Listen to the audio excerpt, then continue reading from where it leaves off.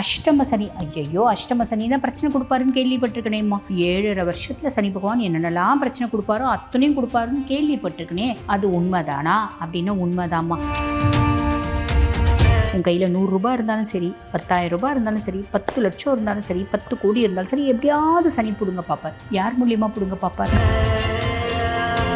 குடும்பத்தில் குட்டி குட்டி பிரச்சனைகள் அப்படின்றது நிறைய இருக்கும். குடும்பம் அப்படின்னாலே சந்தோஷமும் இருக்கும், பிரச்சனையும் இருக்கும் இல்லையா? அந்த பிரச்சனைகள்லாம் ஓஞ்சாதான் நான் நிம்மதியாக இருப்பேன் அப்படின்ற எண்ணத்தை மாற்றிக்கணும். ஒர்க் ப்ரெஷர்ஸ் ஜாஸ்தி இருக்கும். அதாவது நம்ம பொசிஷனில் இருக்கணும், லைட்டாக வேலை செய்வோம், பெருசாக மதிப்பு இருக்கும். நம்ம மாங்கு நுழைப்போம், நம்மளுக்கு மதிப்பும் இருக்காது, மரியாதையும் இருக்காது, இன்க்ரிமெண்ட்டும் இருக்காது, ப்ரொமோஷனும் இருக்காது. இப்போ என்ன பண்ணுறது?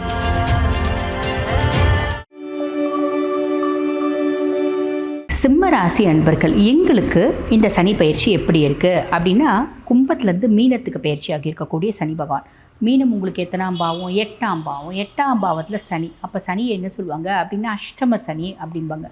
அஷ்டம சனி, ஐயோ அஷ்டம சனினா பிரச்சனை கொடுப்பாருன்னு கேள்விப்பட்டிருக்கனேம்மா. 7.5 வருஷத்தில் சனி பகவான் என்னென்னலாம் பிரச்சனை கொடுப்பாரோ அத்தனையும் கொடுப்பாருன்னு கேள்விப்பட்டிருக்கனே. அது உண்மைதானா அப்படின்னா உண்மைதாம்மா. 7.5 வருஷத்தில், அதாவது 7 நாட்டு சனியும் போது 7.5 வருஷத்தில் சனி பகவான் என்னென்னலாம் கஷ்டத்தை கொடுப்பார், அதை 2.5 வருஷத்தில் சட்டுன்னு கொடுத்து பட்டுன்னு நம்மளுக்கு பார்த்திங்கன்னா ஃப்ரை பண்ணிட்டு போயிடுவார் அப்படின்னு சொல்லலாம். அது நல்லது தான். ஆனால் அவர் அடிக்கிறடியே நம்மளால் தாங்க முடியணும் இல்லையா? சரி, அவர் அடித்தாலும் எனக்கு வலிக்கக்கூடாது. அதுக்கு என்ன பண்ணலாம்? 5 விஷயத்தில் நம்ம ஜாக்கிரதையாக இருக்கணும். என்னென்ன விஷயத்தில் ஜாக்கிரதையாக இருக்கணும்? மொதல் விஷயம் பாருங்கள், நம்மளோட கையிருப்பு. உன் கையில் 100 ரூபாய் இருந்தாலும் சரி, 10,000 ரூபாய் இருந்தாலும் சரி, 10 லட்சம் இருந்தாலும் சரி, 10 கோடி இருந்தாலும் சரி, எப்படியாவது சனி பிடுங்க பார்ப்பார்.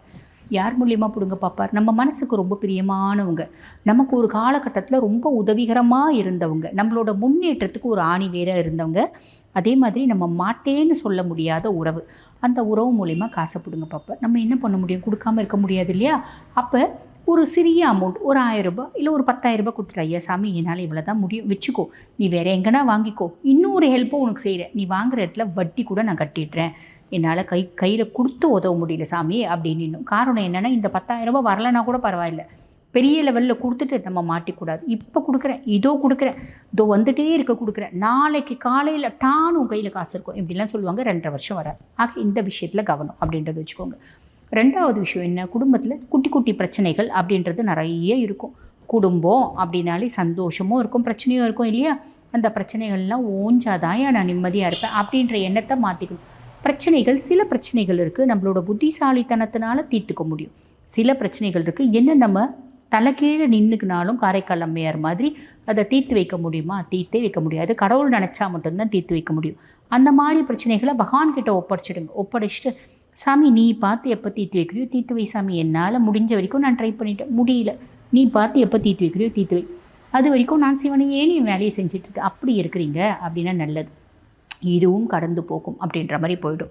இதே மாதிரி தான் நம்ம வேலை செய்கிற இடத்துலையும் சின்ன சின்ன குழப்பங்களும் பிரச்சனைகளும் இன்னல்களும் இடையூறுகளும் வரும். ஒர்க் ப்ரெஷர்ஸ் ஜாஸ்தி இருக்கும். நம்ம ஒரு இதில் இருக்கவனே, அதாவது நம்ம பொசிஷனில் இருக்கவனே லைட்டாக வேலை செய்வோம், பெருசாக மதிப்பு இருக்கும். நம்ம மாங்கு நுழைப்போம், நம்மளுக்கு மதிப்பும் இருக்காது, மரியாதையும் இருக்காது, இன்க்ரிமெண்ட்டும் இருக்காது, ப்ரொமோஷனும் இருக்காது. அப்போ என்ன பண்ணுறது? ஒன்றும் பிரச்சனை இல்லை, நீங்கள் பாட்டுன்னு உழைங்க. கிருஷ்ண பரமாத்மா சொன்ன மாதிரி தான், கடமை செய், பலனை எதிர்பார்க்காது. எனக்கு தெரியும் எப்போ உனக்கு நல்லது செய்யணும் அப்படின்னு, அந்த மாதிரி கடவுளுக்கு தெரியும் எப்போ நல்லது செய்யணும் அப்படின்னு. அப்போ இந்த காலகட்டம் ஒர்க் ப்ரெஷர்ஸ் அதிகமாகும், பெருசாக யோசிக்க வேண்டியதில்லை, நீங்கள் பாட்டுன்னு வேலையை செய்யுங்க. பெருசாக வருத்தப்படணும் அப்படின்ற அவசியம் இல்லை. கஷ்டப்பட்டு வேலை செய்கிறத விட இஷ்டப்பட்டு வேலை செய்யுங்க. 4வது, நம்மளோட நெய்பர்ஸ், எதிர் வீடு, பக்கத்து வீடு, 4வது வீடு, 3வது தெருவில் இருக்க 5வது வீடு, இவங்களுக்கெல்லாம் நம்மளை பிடிக்காம போகும். பிடிச்சா பிடிக்குது, பிடிக்காட்டி போகுது. பெருசாக அவங்களுக்கெல்லாம் நம்ம மனசில் ஒரு இடம் கொடுத்து வருத்தப்படணும் அப்படின்ற அவசியம் இல்லை. 5வது விஷயம், ரொம்ப முக்கியமான விஷயம், ஆரோக்கியத்தில் கவனம் அப்படின்றது தேவை. ஹெல்த்தில் ரொம்ப கவனமாக இருந்துக்கோங்க. நிறைய பேருக்கு எலும்பு சார்ந்த பிரச்சனைகள், ஆல்ரெடி இருக்கக்கூடிய டிசீஸில் கொஞ்சம் அக்ரவேஷன், ஃப்ளக்சுவேஷன்ஸ் இதெல்லாம் வரத்துக்கு வாய்ப்புண்டு. இதெல்லாம் கவனமாக இருந்தால், அஷ்டமத்து சனியாக என்ன இருக்குது, 7 நாட்டு சனியாக என்ன இருக்குது, அர்த்தாஷ்டம சனியாக என்ன இருக்குது, எதுவுமே பண்ண போகிறதில்ல. சனி தசையே இருந்தால் கூட நம்மளுக்கு பெருசாக சனி தசை அஷ்டமத்து சனிமா, சனி சுயஜாதகத்தில் நல்லா இல்லைம்மா, அப்பையும் கவலைப்பட வேண்டாம். இதில் உஷாராக இருந்துக்கோங்க. அதே மாதிரி அவரோட பார்வை அப்படின்றது இருக்குது இல்லைங்களா, 2ஆம் பாவத்தை பார்க்குறாரு. நான் முன்னாடியே குடும்பஸ்தானத்தை பார்க்கறதுனால குடும்பத்தில் சின்ன சின்ன குழப்பங்கள் இருக்கும்னு சொல்லிட்டேன். பெருசாக யாருக்கும் வாக்கு கொடுக்க வேண்டாம். இந்த பொருளுக்கு நான் கேரண்டிங்க, வாங்கிக்கோங்க அப்படின்னீங்கன்னா அந்த பொருள் மறுநாளே டேமேஜ் ஆகிடும். நம்ம தலைமையில் பார்த்திங்கன்னா அந்த பழியும் பாவமும் இருக்கும். நம்ம என்ன பண்ணுவோம்? நம்ம தானே சொல்லி அந்த பொருள் வாங்கினாங்க, அதுக்கான காசை கொடுன்னு கொடுப்போம். அதுதான் செம்மம். எனக்கு யாரும் என்னை தேவையில்லாமல் பேசினா பிடிக்காது. என்னை வந்து பார்த்திங்கன்னா தப்பு சொன்னால் பிடிக்காது, என்னை குத்தம் சொன்னால் பிடிக்காது, என்னை ஹர்ட் பண்ணால் பிடிக்காது. இதுதான் சிம்மம். அப்போ அந்த வேலை நம்மளுக்கு என்னத்துக்கு, யாருக்கும் கேரண்டி வாரண்டி கொடுக்கறது வேண்டாம். 5ஆம் பாவத்தை பார்க்குறாரு. பூர்வீகத்தில் சொத்து பத்து வீடு வாசல்லாம் இருக்குன்னா தயவு செஞ்சு போய் பாருங்கள். அது எங்களுக்கு ரொம்ப தெரிஞ்ச வீடுங்க, எங்களுக்கு ரொம்ப விசுவாசமான ஒருத்தர் தான் பார்த்துட்ருக்கார். அவரே வந்து பார்த்திங்கன்னா நம்மளுக்கு எதிரியாக மாறக்கூடிய காலகட்டம். ஒன்றும் இல்லை, யாருமே பார்க்குறது இல்லைங்க, அதுவே பாழடைஞ்சு விழற மாதிரி இருக்குது. ஒரு செவுறு விழுந்துச்சு அப்படின்னா பக்கத்தில் இருக்கவன் அந்த ஒரு செவுறு ஆண்டு ஆக்கியபை பண்ணிப்பான். அப்புறம் வீடே விழுந்துச்சுன்னா மொத்தமே வீடே பிடிச்சிப்பான். நல்லா இருக்க வீட்டையே பிடிச்சிக்கக்கூடிய காலகட்டம். பூர்வீக சொத்து இருக்குது அப்படின்னா அதில் கவனம் அப்படின்ற தேவை. நம்ம பிள்ளைங்க நம்ம கையில் இருக்காது, அதுங்க வாழ்க்கையை அதுங்க வாழுங்க. இண்டிபெண்ட்டாக இருக்கணும்னு நினைக்குங்க, இருக்கட்டும், நல்லது தான். அவங்களுக்குன்னு உரிய ஸ்பேஸை நம்ம கொடுக்கணும். நம்ம வந்து பாருங்கள் அதிகாரம் பண்ணி திட்டி சண்டை போட்டு அவங்கள திருத்தணும்னு நினைக்கக்கூடிய காலகட்டம் இது கிடையாது. புரியுதுங்களா? பூர்வீகத்தில் சொத்து பத்து இருக்குது, இதை வந்து கேஸ் போடக்கூடிய காலகட்டம் இது கிடையாது. Out of the court settle பண்ணி குடிக்க காலகட்டம் இது கிடையாது. அதெல்லாம் ஞாபகம் வச்சுக்கோங்க. தொழில் ஸ்தானத்தை பார்க்குறாரு. தொழிலில் குட்டி குட்டி ப்ரெஷர்ஸ், பிரச்சனைகள் இதெல்லாம் இருக்கும். அப்போ ரொம்ப சிம்பிள். பொதுவாக வந்து பாருங்கள், சிம்மராசி என்பவர்களுக்கு உங்களுக்கு 6 மற்றும் 7க்கு அதிபன். ருணரோக சத்ருஸ்தானத்துக்கும் சனிதான் அதிபன், கலத்திர ஸ்தானத்துக்கும் சனிதான் அதிபன். பெரிய லெவலில் கடன் வாங்கவும் கூடாது, அதையும் ஞாபகம் வச்சுக்கோங்க. ஆரோக்கியத்தில் கவனம். கணவன் மனைவி உறவு முறையில் விட்டு கொடுத்து போகிறது அப்படின்றது வச்சுக்கோங்க. இந்த மாதிரி சின்ன சின்ன விஷயத்தில் கவனமாக இருக்கீங்க அப்படின்னா சிம்மம் பெருசாக கவலைப்படணும் அப்படின்ற அவசியம் இல்லை. சரிம்மா, எங்களுக்கு தோராயமாக எவ்வளோம்மா மார்க் கொடுப்பீங்க அப்படின்னா, இந்த மாதிரி எல்லா விஷயத்துலையும் கவனமாக இருக்கீங்க அப்படின்னா நல்லது.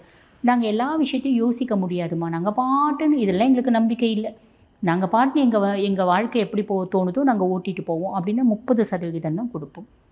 ஸோ கவனமாக இருக்கணும் அப்படின்றது தெளிவாக ஞாபகம் வச்சுக்கோங்க. தெளிவாக கவனமாக இருக்கீங்க அப்படின்னா பெருசாக சனியை பற்றி கவலைப்பட வேண்டியதில்லை. இது வரைக்கும் எப்படி இருந்துச்சோ இந்த மாதிரி ஆவரேஜாக லைஃப் போயிடும் அப்படின்னு சொல்லலாம். வாழ்த்துக்கள். இப்போ நான் சொன்னது வந்து பார்த்திங்கன்னா உங்கள் ராசிக்கான கோச்சார பலன். இந்த கோச்சார பலன் அப்படின்றது 50%. சுய ஜாதகத்தில் நீங்கள் என்ன தசையில் இருக்கீங்க, உங்கள் சுய ஜாதகத்தில் தசநாதன் என்ன பாவத்தில் இருக்கான், அவனுக்கு வீடு கொடுத்தவை எந்த இடத்துல இருக்கான், நட்சத்திர சாரம் என்ன சாரத்தை நோக்கி போகிறான், இப்படி பல விஷயங்களை பொறுத்து தான் 100% அப்படின்றது நம்ம முடிவு பண்ணிக்க முடியும். 100% உங்களுக்கு எக்ஸலண்ட்டாக இருக்கா, ஆவரேஜாக இருக்கா, அபவ் ஆவரேஜாக இருக்கா, இல்லை பிலோ ஆவரேஜாக இருக்கா, இல்லை ரொம்ப கஷ்டமான காலகட்டம் அப்படின்றது முடிவு பண்ணிக்க முடியும். ஆக நாங்கள் ரொம்ப துல்லியமாக தெரிஞ்சுக்கணுங்க. சனி பயிற்சி எங்களுக்கு என்ன மாதிரி பலன்களை கொடுக்க போகிறோம் 100க்கு 100% தெரிஞ்சுக்கணும். ஏன்னா நாங்கள் வாழ்க்கையில் பல முக்கியமான விஷயத்தை முடிவெடுக்கும் தருணத்தில் இருக்கும். இருக்கிற பிரச்சனை எப்போ ஓயோன்னு யோசிக்கிறோம், சொத்து கோர்ட்டில் இருக்கிறது எப்போ எங்கள் கைக்கு வரும்னு யோசிக்கிறோம், பிள்ளைக்கு எப்போ நல்ல வரன் வரும் அப்படின்னு யோசிக்கிறோம், நான் எப்போ வெளிநாடு போவேன், நான் ஹையர் ஸ்டடீஸ் போவேன்னா, நான் நீட் எழுதியிருக்கேன் பாஸ் ஆவேனா, என்னுடைய ஜாதகம் மருத்துவ படிப்புக்கான ஜாதகமாக, இப்படி பல விஷயங்களை நீங்கள் தெரிஞ்சுக்கணும் அப்படின்னா நீங்கள் வந்து பாருங்கள், பார்த்துட்ருக்கும் போது இந்த பதிவை பார்த்துட்ருக்கும் போது எங்களோட வாட்ஸ்அப் நம்பர் கொடுத்துருப்பாங்க. அந்த வாட்ஸ்அப் நம்பருக்கு கால் பண்ணி அப்பாயின்மெண்ட் ஃபிக்ஸ் பண்ணி என்கிட்ட பேசிக்கலாம். தேங்க்யூ.